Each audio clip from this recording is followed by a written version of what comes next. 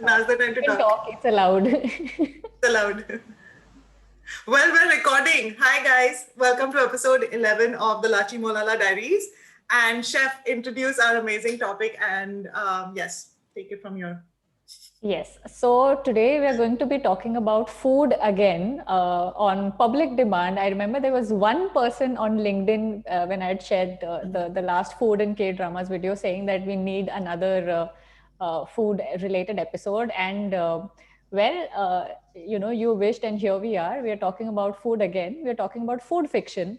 And so how food is kind of weaved into as the central theme of the plot of a particular K-drama series, which is Let's Eat. And so we made Ashok, who's our guest, who Shruti will introduce later. We made him watch Let's Eat 1 and 2. And so we are going to be talking about, food and how it was weaved into that show. Now over to Shruti to introduce Ashok. Sorry, guys, we've been a bit rusty. We had like a 1 week gap in between. Please excuse our behavior today. But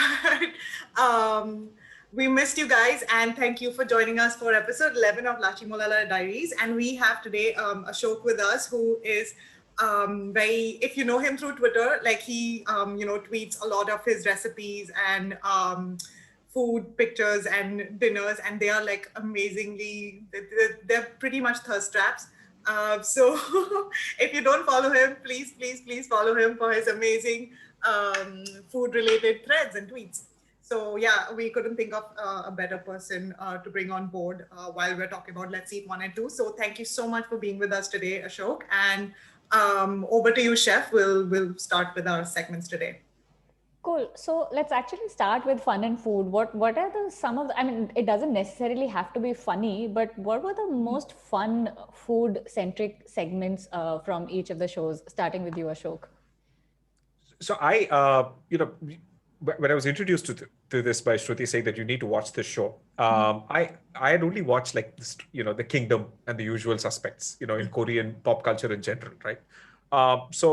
K-dramas was not something I was really into. But then I watched one episode and I said, okay, looks vaguely interesting. So let me watch a couple of episodes. And then, pretty soon in 10 days, I'd sort of binged through the entire 2 seasons. And I think it was, as it seems to be usual, they have this unique way of combining things that don't mix.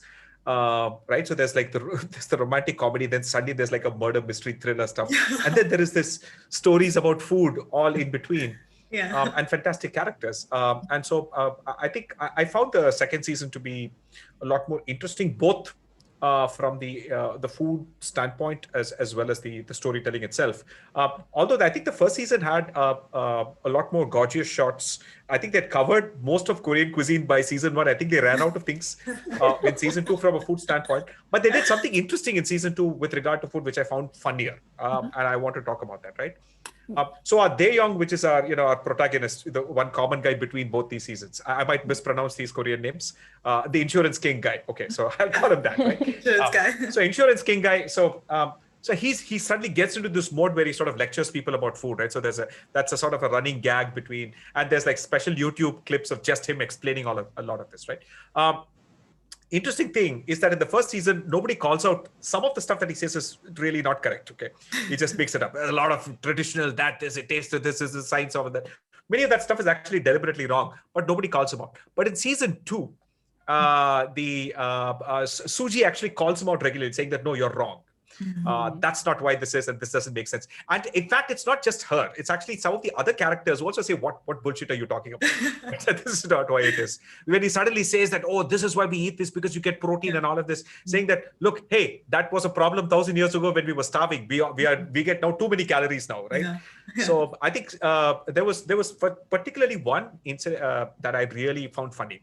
Right. So this is about whether the kimchi, which is like a central thing that you add to literally everything, right? So it adds sourness and umami and all of that. Whether you should cut it with those scissors. Again, something I've only seen I've only seen Korean restaurants give you scissors for food. Okay, so I've not seen Yeah. it anywhere else in the world. So should you cut the kimchi with the scissors or should you tear it with your hands? And Right? yeah. And so under this is sort of debate, and this guy says that no, you must cut it with scissors. It's more hygienic, and that way you don't touch it, and so on. And the Suji actually says no. When you tear stuff, what happens is that you tear it along the natural cell wall, so you're actually going to damage the kimchi a lot less. So you should actually tear the same reason you would tear salad leaves with your hand. You should actually tear it with your hand, and so on. And they have this argument, and the old lady actually says, actually just divide it into two plates. One you cut and one you just, and I think I found that really, really, so in the sense that both of them were arguing about food using some science and some logic, when in reality, it was not really a big deal at all. And I think the fact that they didn't take their own stuff about food that seriously, I think was really quite funny for me. Yeah. I remember this, and towards the end, then they asked the Ajumma which one was better, and then she's like, I liked it both ways. Exactly. Right, exactly. Which is also, I think, the right way to खाने think से about मतलब food. है. Yeah. No, thank you for such a great summary of our show and like what what our audience can expect throughout the show. But yeah, that was a very good executive summary of Let's Eat 1 and 2. So, totally, thank you for that. This is what happens throughout those two shows. Yes, literally that's what happens. Like he gets into a weird frenzy and he talks about Korean war mein aisa hota tha, and this is how you're supposed to do things, right? So that was funny. Throughout the show, there was a running gag, as you mentioned, right? So there are so many funny scenes when he goes psychotic about giving some lecture or some history about where this food or whatever came from. One of my favorite funniest moment was from season 2 when they are all on the rooftop and they're having that chicken broth kind of thing made, the Halmoni made. And after eating the chicken and the broth, there was like a piece of ginseng left, right? And there was like very, as we all know, ginseng is freaking expensive and really nutritious. And there was just one small stick left. So, they all are like, oh, the youngest one should eat or the guy should eat, right? Not Suji. And no one is like, no, pehle aap karke, no one is eating it. So Suji just grabs the stick and she starts eating it, chomping on it, like devouring it. And then Halmoni just looks at her like, Ye kya? Like, I can't believe you didn't even think of me. You're just stuffing your face with a ginseng. You didn't even think of offering it to me. But it's fine. It's okay. Anyway, I'm old. I'm dying. I don't need nutritious thing. So she takes it out of her mouth and she's like, here, take. This is yours. So I found that so funny. And just the way she's like, oh, I don't have much time to live anyway, so it's fine. So that was my funny scenes I remember from Let's Eat 2. Yeah, what about you, Chef? So I think from Let's Eat 1, what I found particularly funny all the time was how the boss was obviously taking revenge, because he feels rejected. So he feels like, okay, I'm going to get back at her. And every time he would see her eating, he would just forget all that. And he'd be mesmerized and he'd be sort of, kind of smitten by her all over again. So that I thought was really fun and cute at the same time. In season 1. In season 2, there is one particular incident right at the beginning when she's just like gorging on a lot of food because he's paying. And then when they get to the payment counter and the person says, you're actually the 1,000th guest here, so you don't have to pay at all. And it's suddenly like you feel like she's got indigestion. Because she's like, okay, I ate so much and he's not even going to pay for it. Waste ho gaya sab. Some waste, all that mehnat that went into it. So I thought those were like, really, I mean, there are a lot of fun and funny moments from both the shows. But I think it's just about what sort of, what's the first thing that comes to mind is the one that you normally tend to go with. So these are the first set of things that come to mind. I want to now talk about, the meaningful food-related stuff that may have touched your hearts, starting again with you, Ashok. Actually, too much to list, actually. So maybe I'll pick one or two and then we'll let the viewers really watch and really enjoy all the rest of that stuff, right? There's one repeated thing that he keeps saying every time he eats shrimp. And there's an interesting bit of science behind that. And if you notice that he eats the shrimp with the shell, okay, which is not something most people do. but he eats it with the shell. Well, everybody else sort of removes the shell, eats it. And he keeps saying Chito-san every time, right? So Chito-san is actually this very fascinating a molecule that's found in shellfish, in crustaceans in general, right? And it is now being linked with helping with heart health and cardiovascular health and aging and tons of other magical stuff that's been discovered and so on. And it actually has two very interesting uses. And so apparently Koreans are trying to see that eating that shrimp with the shell is going to sort of make them healthy and so on. So that's one. The interesting thing is that the root of a lot of organic farming around the world actually has to give credit to this particular chitosan thing that's found in shrimp. Because what happens is, because shrimps are actually related to insects, not something that you want to remember when you eat it, but well, they are, right? And so what happens is that, and plants have evolved a way by which they detect the presence of insects and they produce defensive chemicals, right? To the nasty stuff that the insects do not like. So that's how plants protect themselves. And it's this defensive chemicals that we find tasty, by the way. So a tomato is tastier when it produces more defensive chemicals against bugs. So that's the root of actually a lot of flavor. Okay, so which is why organic food vegetables taste better than non-organic ones, because if the more pesticide you add, the plants don't get attacked at all, and so they don't produce enough of those defensive chemicals themselves. But when they are attacked, so they are going to produce, they'll be tastier. But obviously, then the fruit is going to be smaller, the vegetable will be smaller, you will lose some of the etc. So scientists have figured out that you can trick plants into thinking they're under attack when they're actually not, by powdering shrimp shells and adding it to the soil. And so the plant thinks, oh no, I'm under attack, right? And so it'll produce all that really delicious fruits, but there's no bugs actually, but you get the delicious fruit. And so that's a good hack. So in case you're growing like plants in your garden, please take chitosan, the shells from the shrimp, and just powder it and put it in your garden. You'll actually get really delicious stuff. So I think that was one fascinating. Oh. I thought So organic plants and organic foods were just tastier because they were more expensive. Like that's what I thought. No, dude, I just realized this is like pretending to have a breakup so that you can write well. Yeah. Exactly. Exactly. No pain, no gain. Wow. But this is fascinating. I think the other, I didn't know that. The other thing that really, I'm always fascinated by, not just by the dishes they eat and how the different dishes are cooked. The fact that there's the bap is rice and gogi is meat, and your tang is soup and jjigae is stew. And so there's a certain sort of formulaicness to how they put their things together.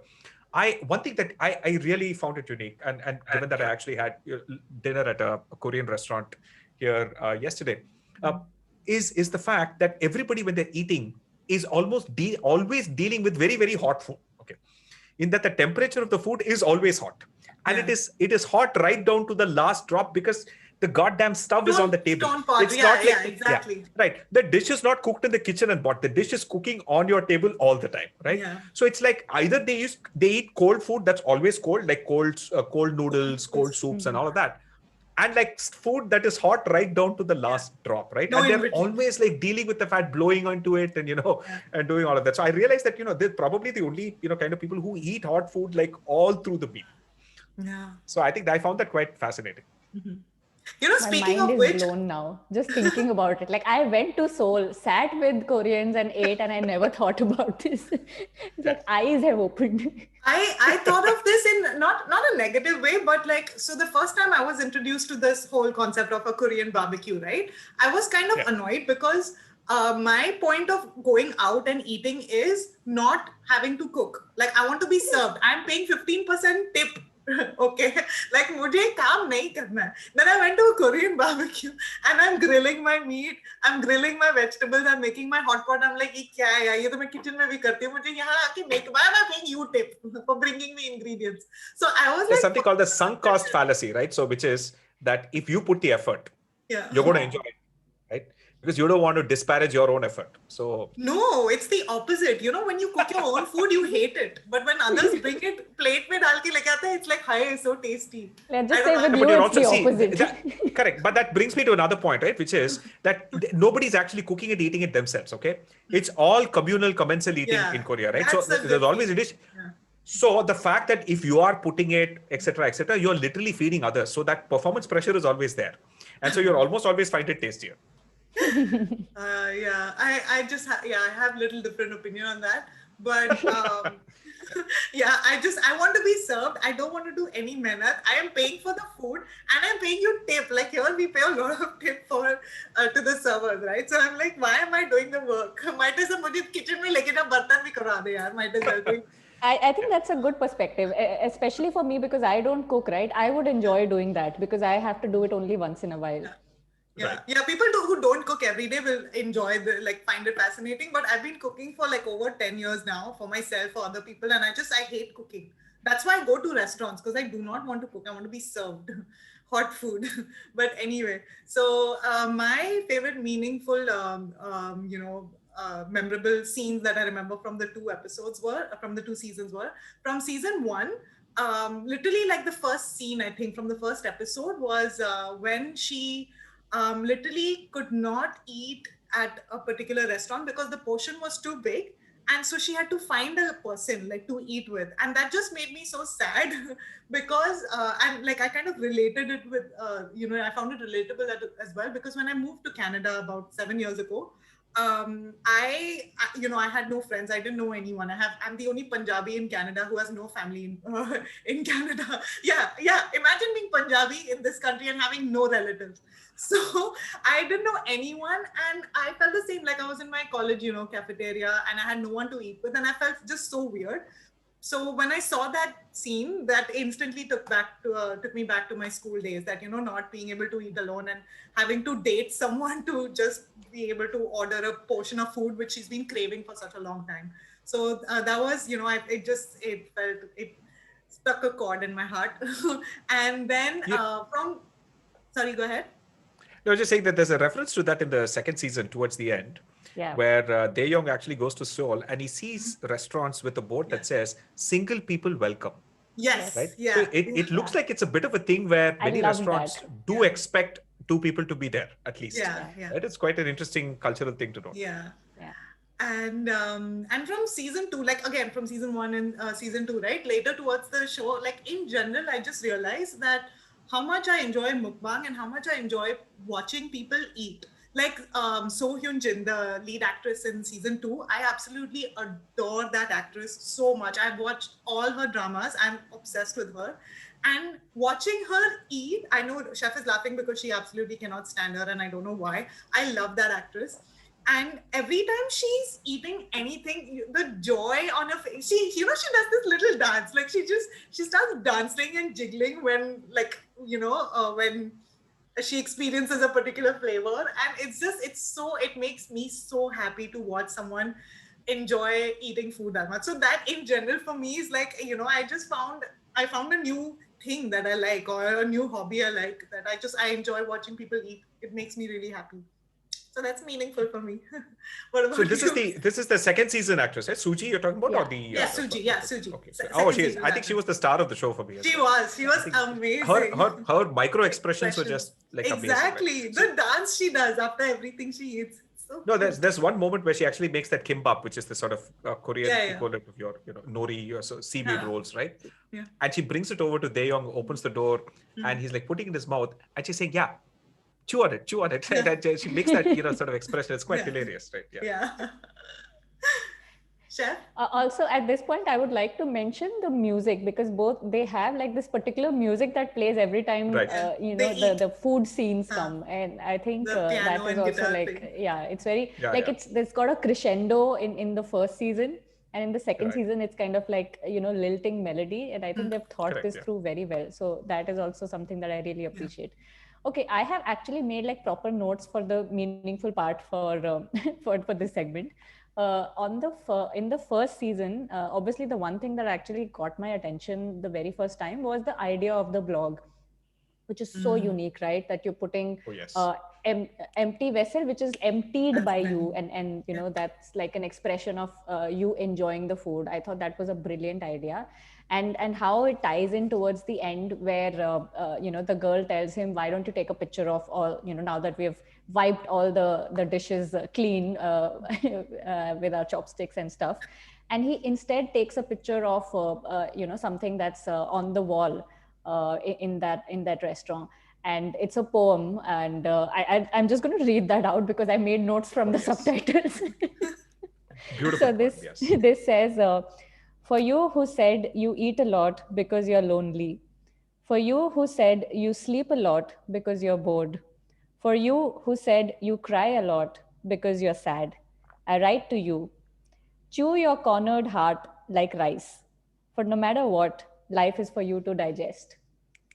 Oh yeah, Wow. Can you absolutely, imagine how absolutely. beautiful it would be in Hangul? Like in English only, it's sounding so Yeah. great.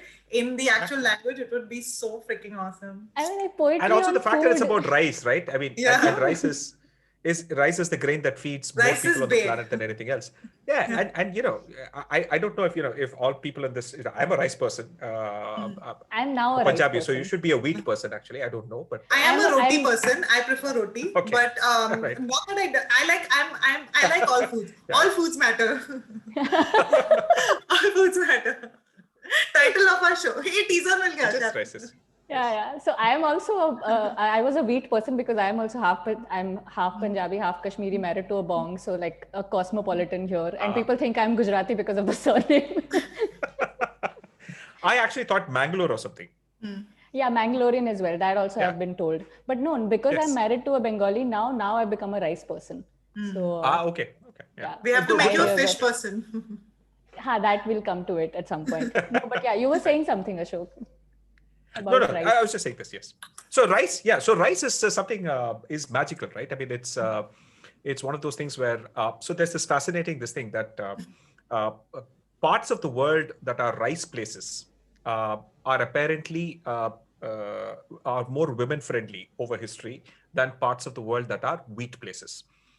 And so they apparently the reasoning for this is that if you're a wheat place, the woman is essentially just cooking all day. Okay, so if you're making chapatis, every woman in the house has to be baking chapatis, and it's linear. You have to bake one after one, and it's just a backbreaking amount of labor. Yeah. Rice, you put one giant ball and you forget about Rice it, and cooker. you're done, right? And it'll just cook itself, and you're done, right? And so it's apparently correlated with in parts of the world, at least in India as well, right? So the South historically has had more women being educated, more women going to college and all of that earlier than the North.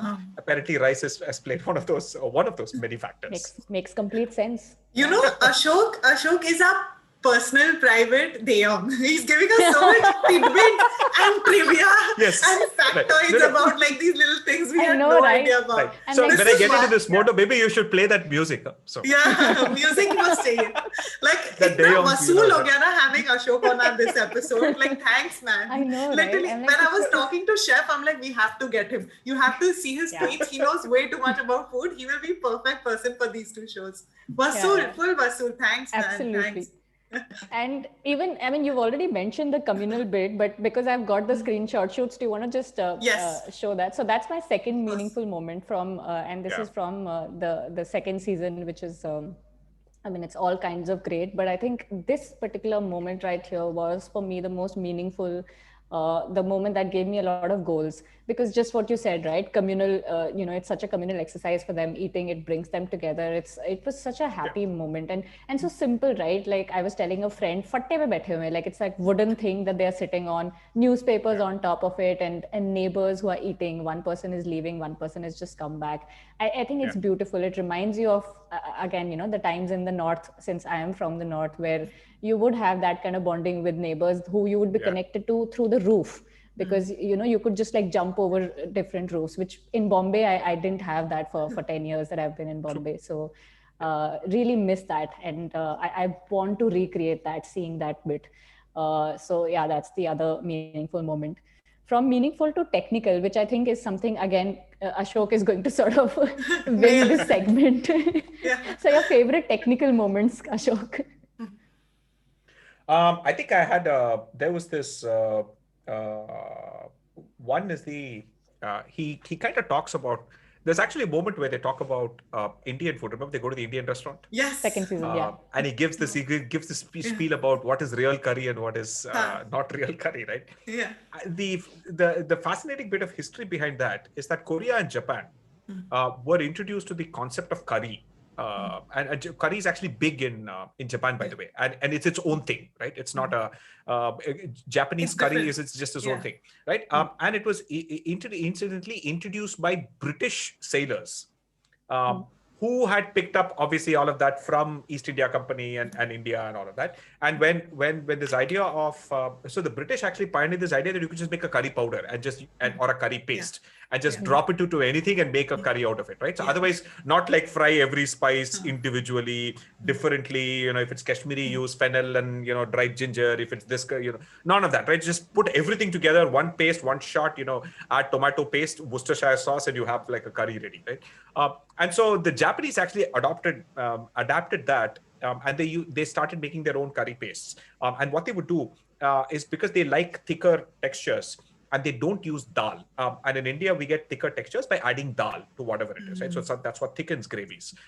So they don't use lentils. So what they actually do is they use maida. So they actually use flour. Yeah. To thicken anything. So that curry powder actually has flour. So when you add it, it gets that very thick, gooey, shiny sort of feel that you get in that Japanese curry, which is also popular in Korea. So the funny thing here is that he's explaining how the use of flour actually makes it inauthentic, and that you must actually get the thickness by mixing all of these spices. So he's actually lecturing the other person about how original Indian cooking actually is. And I found that it was actually a very well researched moment in terms of, just the history and the science and all the rest of that. I think that was a very interesting moment for me. Wow. Yeah, no, totally. For me, I have two of these moments that I totally related with, because I always, I found myself arguing about it with people in the past as well. So the first one was, again, they're both from season 2. From the first episode, when they're all on the the table together, and this idiot, he takes the fried chicken and he starts pouring that gravy or sauce or whatever on it, and Suji, Sohyun Jin, the actress, she loses it. Like she was about to stab him. She's like, "Are you kidding me? How can you pour gravy over fried chicken, over anything that's deep fried, which is supposed to be crispy and crunchy?" And he's like, "No, warriors from Korea War, they used to eat it like that." Like he went to a crazy frenzy, and she's like, "No, absolutely not." Like her expression was, she was baffled. She's like, "No, how could you do this? It's like unacceptable." And then again, they're fighting, they're bickering, and then they just decided that, okay, you take your own plate, tum usme karo, dip karo, ye karo, whatever you want, but my part of the fried chicken has to be crunchy and crispy, so I will dip it in the sauce as opposed to pouring the sauce over. So it is just one of those, like, how we always say, should cereal come before milk or milk come before cereal? It's one of those debates, right? Like ongoing debates where the way it should be had. So that was one moment I thought where, again, I agreed with Suji. And the second part was, let me share a screenshot. I've actually saved a picture of that. So this part where they are cooking ramen, okay?